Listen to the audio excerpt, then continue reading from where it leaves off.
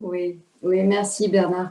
Déjà pour te remercier euh, infiniment pour toute l'aide que tu nous apportes là. Et je voulais dire quelque chose, puisque moi j'ai eu des résistances très fortes à être bienveillante face à une certaine situation. Et je t'en ai parlé et tu m'as proposé quelque chose qui m'aide énormément. Et c'est ça que je voulais partager parce que peut-être que ça peut aider d'autres personnes.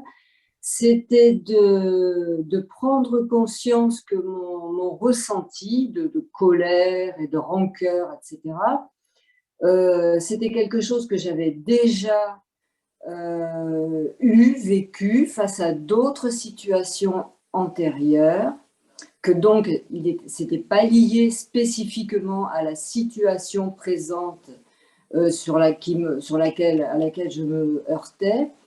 Et c'est l'évocation de ces situations antérieures que j'ai déjà traversées et qui appartiennent au passé, ben, m'ont permis, de finir de les pardonner et de regarder la situation présente sur laquelle je bloquais avec beaucoup plus de facilité. Parce qu'en fait, j'ai pu comprendre que ma rancœur n'était pas liée à la situation que je rendais responsable de ma rancœur. Tu vois, je sais pas si Mhm. je suis là. Et ça peut être une piste si on a du mal, il me semble, à être bienveillant ou à accepter ou à accueillir une situation difficile, d'essayer de se souvenir de situations passées où on a ressenti exactement la même résistance et de réactiver quand même cette émotion pour voir qu'elle est quand même toujours présente et de pardonner cette situation passée. Ça peut être plus facile puisqu'elle est passée. Donc on sait que notre vie n'a pas été en danger, que voilà, on s'en est sorti vivant et indemne pratiquement.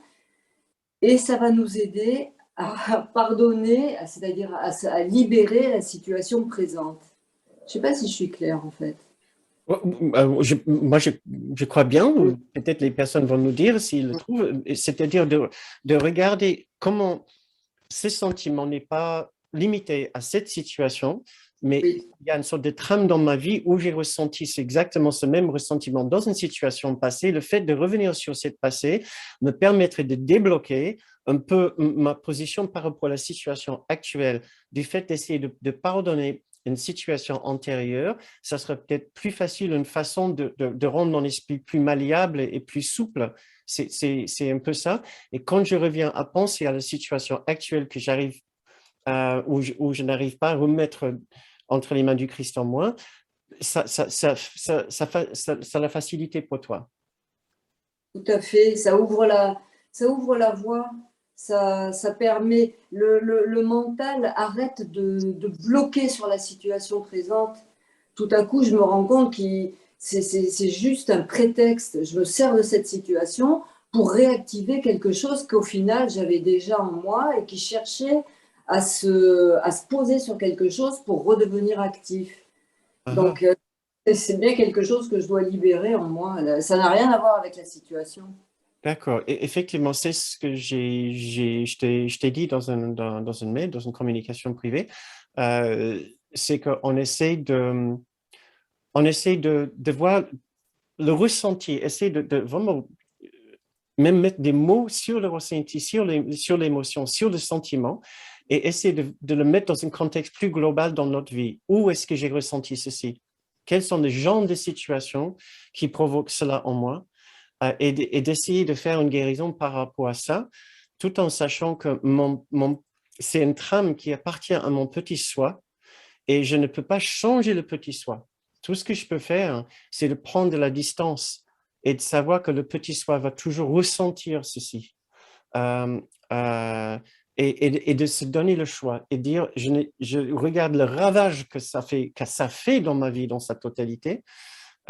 J'ai un choix, je ne veux plus souffrir de cette façon, je ne veux plus juste répéter ce même scénario, ce même ressenti, cette même expérience dans cette situation actuelle, et je répéter mon passé, répéter le passé.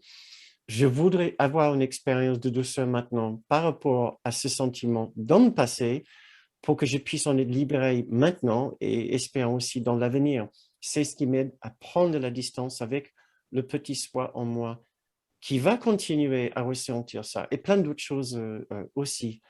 Et ça m'aide à m'aligner avec la partie de moi qui est toujours attirée vers l'amour. Comme le cours nous dit, ça parle de l'attirance, de l'attraction de l'amour pour l'amour. De l'amour en nous, l'étincelle de l'amour en nous, qui cherche l'amour, bien sûr, avec un A majuscule, l'amour de Dieu, l'amour de notre grande soi. Merci beaucoup, Brigitte. Merci de m'avoir rappelé de ça.